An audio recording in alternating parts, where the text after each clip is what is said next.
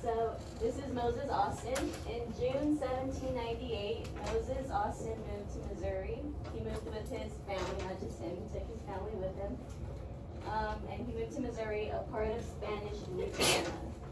So he was becoming a Spanish citizen. He was starting to learn Spanish. It wasn't great, but he was starting. So why do we think he moved to the West? What does the West represent? It has goals. It has goals, yeah. So it has opportunities, and opportunities means money. So he wanted to become a rich man, and so he had to move. And in America, we still have that mentality. People come over here to live out their dreams and make money. Next slide. Are we done? Everybody's good? Yep. So his opportunity was to mine lead. So he became a Spanish citizen, became wealthy. They called him the Lead King, and part owner of the Bank St. Louis. So what can you make out of lead during this time, during the war? What can we make out of lead? Bullets, yeah. So there was a big demand in bullets, so he became very rich, made a lot of money, and when you make a lot of money, to keep making more money, you have to invest it. So he invested it to this Bank of St. Louis.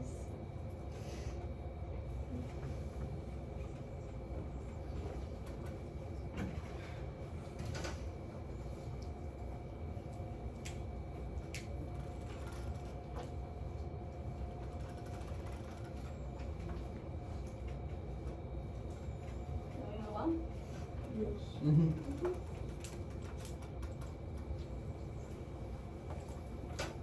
So in 1819, the U.S. experienced a financial panic. A financial panic is an economic crisis. So a similar event to this that we had was in 2008. So people were losing their jobs. People were not being able to find jobs, especially like a lot of teachers were losing their jobs. They were cutting PE teachers, music teachers, art teachers, librarians. I know Coach Steins was talking about he was very worried during this time because they were also cutting Texas history teachers because it is not a subject that is tested on like U.S. history. So there was a very good chance of him being able to lose his job, but he got very lucky because he's a teacher, a coach, and a bus driver, so they kind of needed him. Thank goodness. It was also very hard for young teachers. They were starting to graduate from college and looking for jobs and excited to start paying their financial debts, and they were not able to find jobs because they were not hiring. Coach Steins also said, like, I don't know if you guys went to Alexander Middle School, but there were 2 coaches, and during that time, they had to cut one of the coaches because they weren't able to pay them anymore.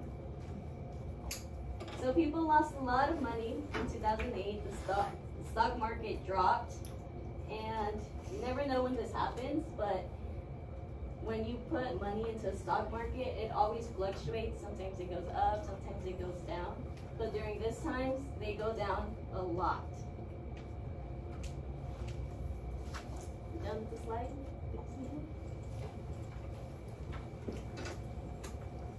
So in 2008, the government was able to make sure that the recession didn't lead to a depression. But in the panic of 1819, they were able to stop it, and it did lead to a depression. The depression is a period of low economic activity. So during this time, like I said, it's very hard to find jobs. People are getting fired. and the stock market crashes.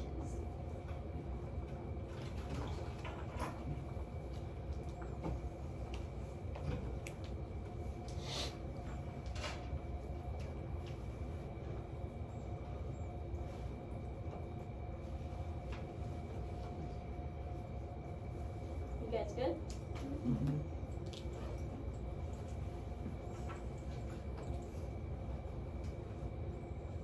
So because of this crisis, many banks started to fail, including the Bank of St. Louis, which was Moses' bank. People were asking for their money, and the banks couldn't give it to them. They didn't have it. So Austin is financially ruined. He lost everything. He went from rags to riches, and then from riches back to rags. He couldn't provide for his family anymore. He didn't have any more money.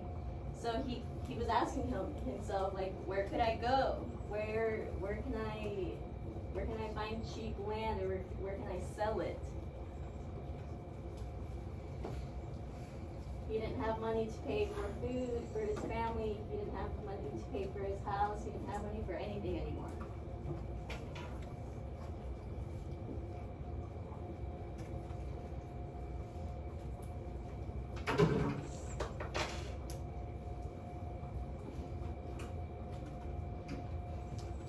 Next slide.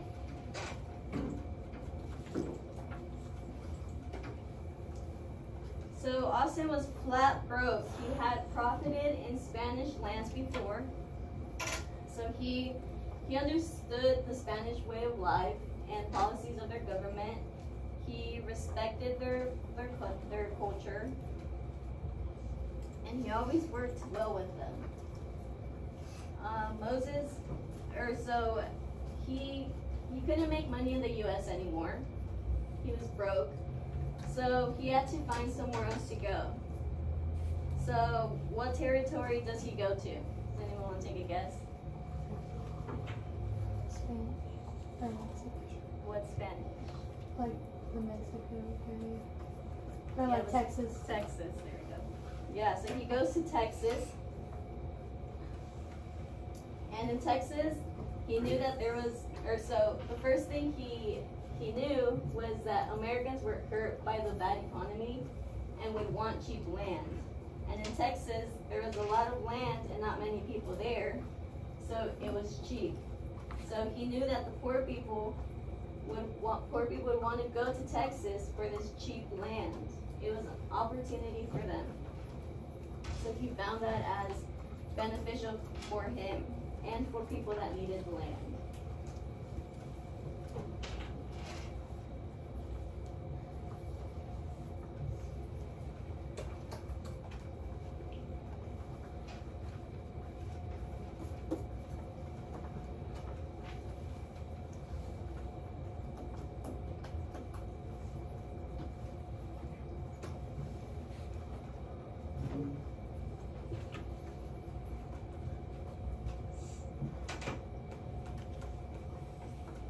You guys good to move on?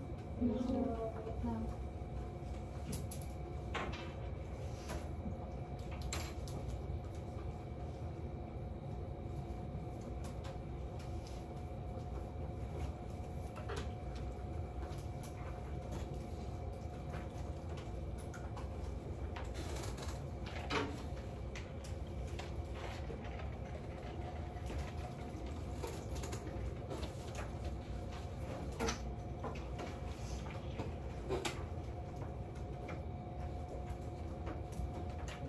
You guys good now?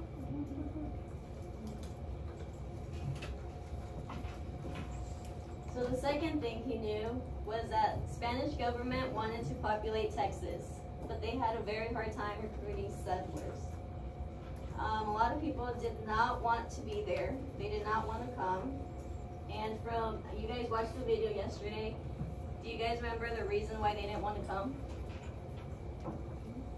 Because of the Indians? Yeah. Yeah. The Comanche Indians, they were dangerous. It was really wet there. Yeah. It was not a great place to live. So he knew he wanted to regain his fortune. So that was the third thing he knew. He wanted to get his money back, wanted to be able to support his family again. So he came up with a plan to establish a colony of U.S. families in Texas. He hoped to regain his health. So basically, he gives people what they want, and he gets what he wants, which is money. And with a heart full of hope, he set out for Texas. During this time, he was very hopeful and optimistic that he was going to regain his wealth and be able to provide for his family. He did not see how this plan would not work. He was for sure that this plan was going to work and he was going to gain all his money back.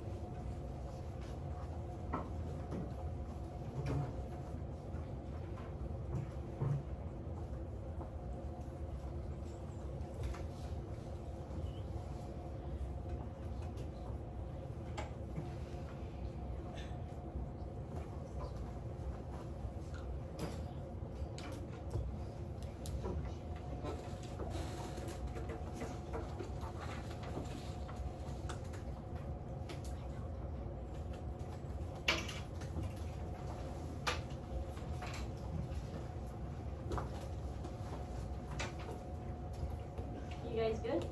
Yes. So on December 23rd, 1820, Moses arrived at San Antonio. So he went from Missouri to Texas, San Antonio. So does anyone know what this state right here is, the one he had to cross? Oklahoma? No, not Oklahoma. Oklahoma's over here. No, not Alabama. No, Louisiana's down here. Arkansas. He crossed Arkansas, so he had to cross 2 different states just to get to San Antonio. And this was an 800-mile journey.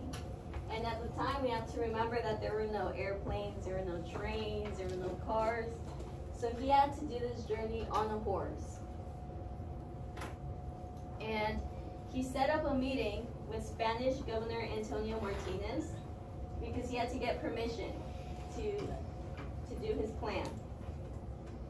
And from the video, do you guys remember how did the meeting go? What did Martinez think of his plan? You liked it? I don't remember. Because I don't think we watched that part. We may not have got to that part in this class. Oh, okay. Okay. Well, it did not go very well because Martinez does not like Americans. He calls them filibusters. Oh, yeah.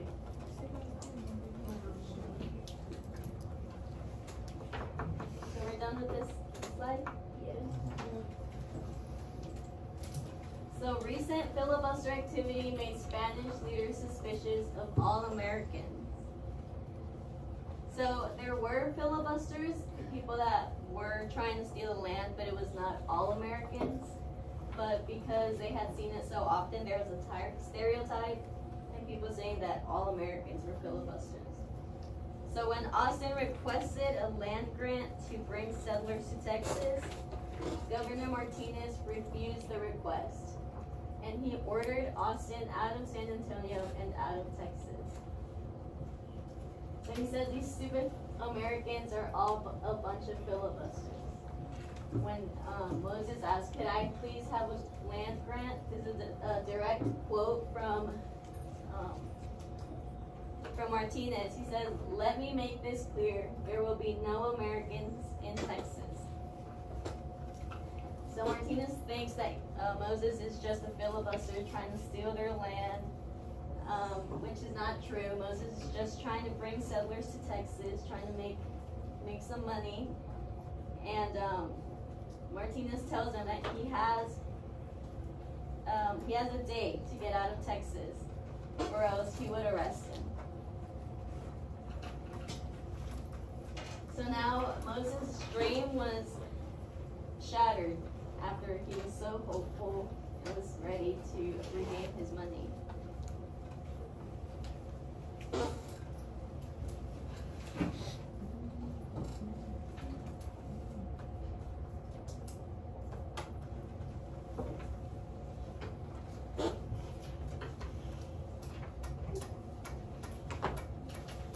You guys are good?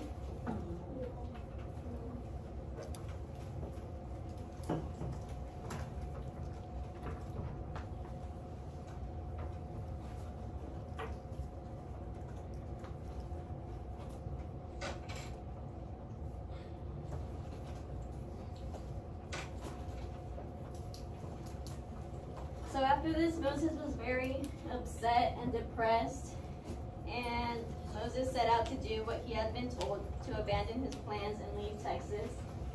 So he wanted to respect Martinez's wish of him leaving, and he did not want to get arrested.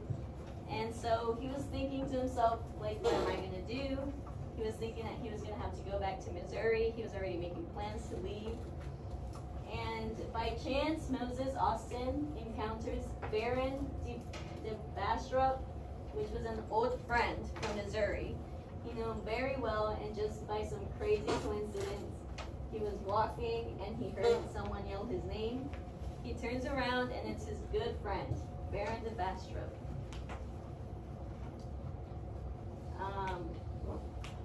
I don't know if you guys have been like on Highway 71 on your way to Austin.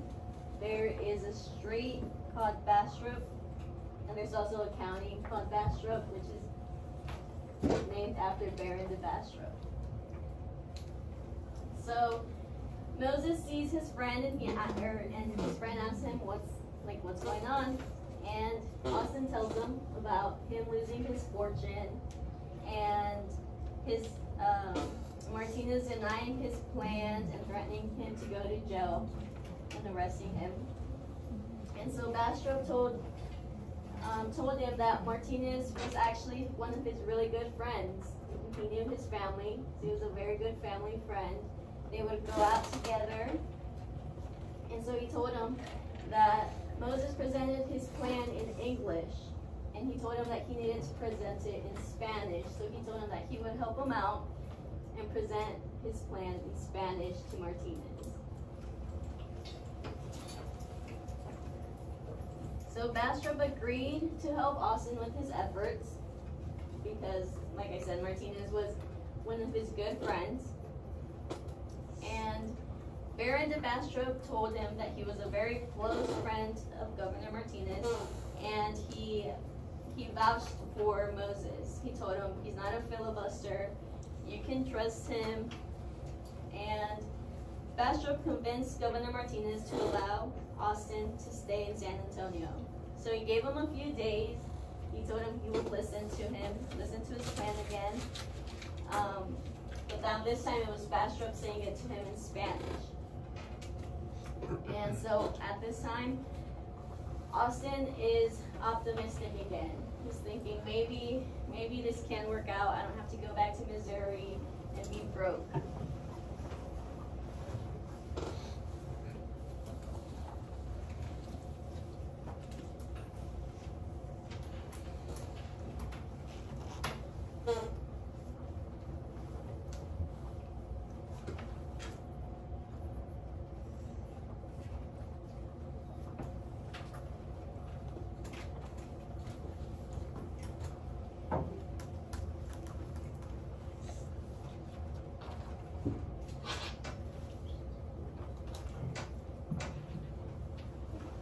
Good? So Baron de Bastrop presents Austin's plan to Governor Martinez in Spanish. Baron de Bastrop's reasons for Anglo settlement. The first one was that Spain needed a larger population if it was to maintain control of their territory. So he told him that he had to get people there, and since they can't get enough people from Mexico City, they needed to come from Missouri, from other states, because they knew that people from Mexico City, they didn't want to come, and if they did, there wasn't enough. So they needed to get more people.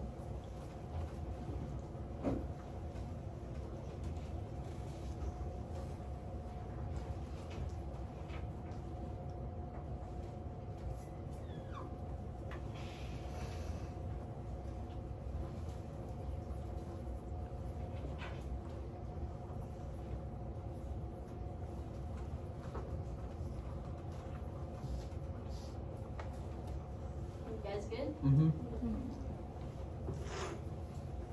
Number 2, Austin had been a loyal Spanish citizen, not a filibuster, and he could be trusted. So again,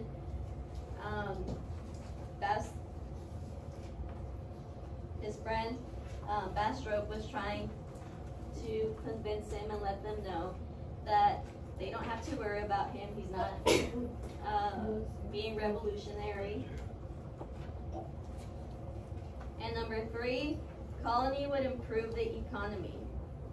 And so when you have extra people, they will buy things, which will make them money. So this helps their economy. And it will also help protect their region from Indian attacks and U.S. invasions. So it would help them, instead of them having to fight with the Indians, they would have the Americans do their dirty work and help them clear them out. So that would also benefit them. And Bastrop was very persuasive, and especially because it makes more sense to Martinez since it was in his native tongue, so he was able to understand it better. And he had someone that he trusted telling him the plan now.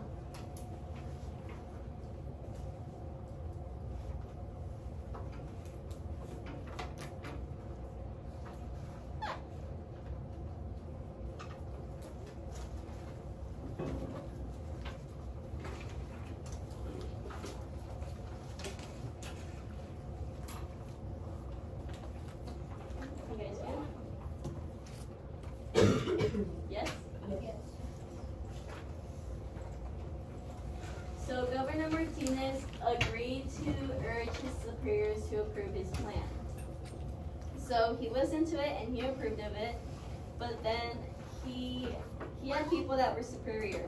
So he had to ask them from approval. It didn't just have to come from him. So he told them the plan. He urged them to approve it. And they gave him permission. So in 1821, he became first man to gain permission to bring Anglo-American settlers to Texas. And Anglo-Americans are white, non-Hispanic, so they didn't speak Spanish. They're English-speaking settlers from the U.S. And these were the people that Moses was bringing to Texas. So Austin optimistically returned home to Missouri to recruit his settlers. So during this time, Austin was very excited because he thought he was going to get rich again. He was excited that his plan was going to work, and he was ready to recruit all these families from the United States.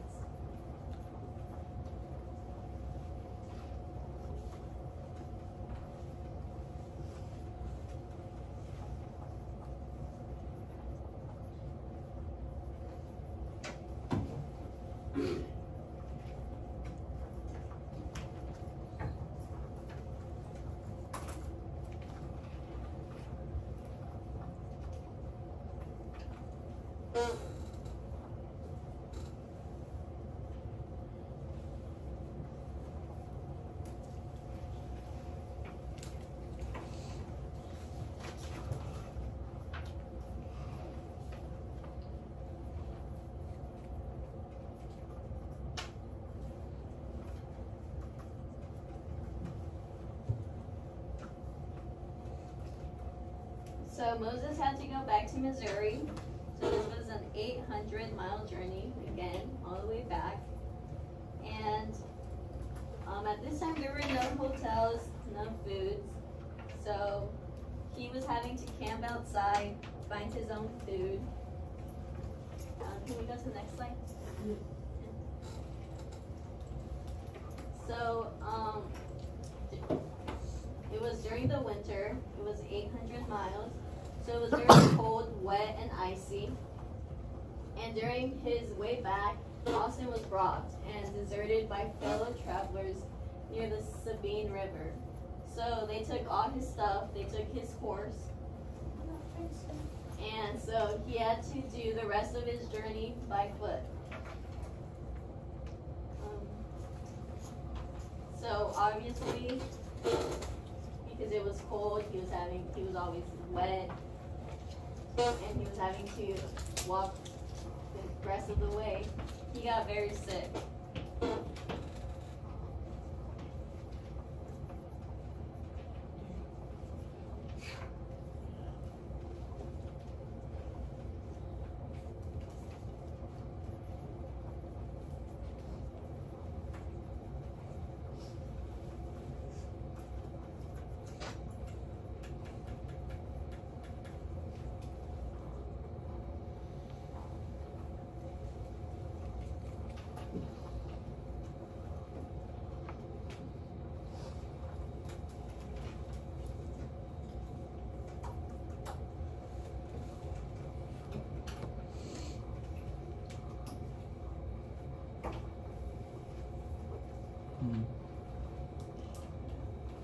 You guys good?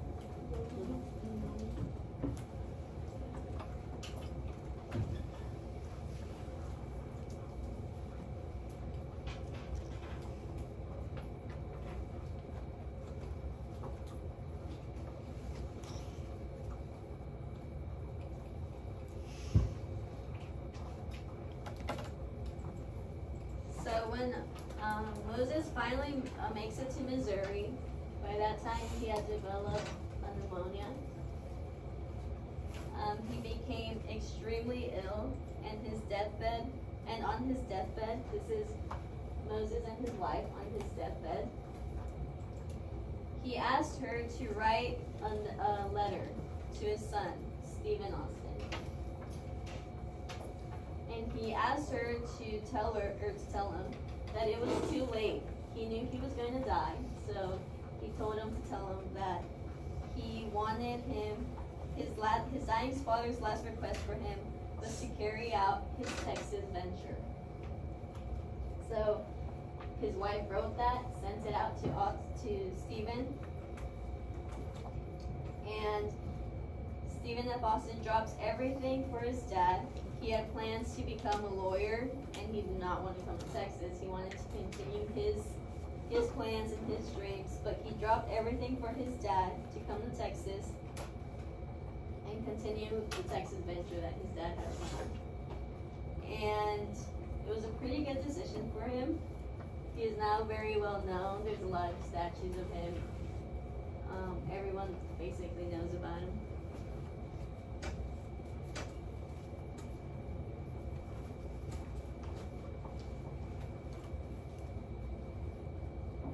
He couldn't say no to his dying father's wishes, so he stopped what he was doing to come home and complete his venture.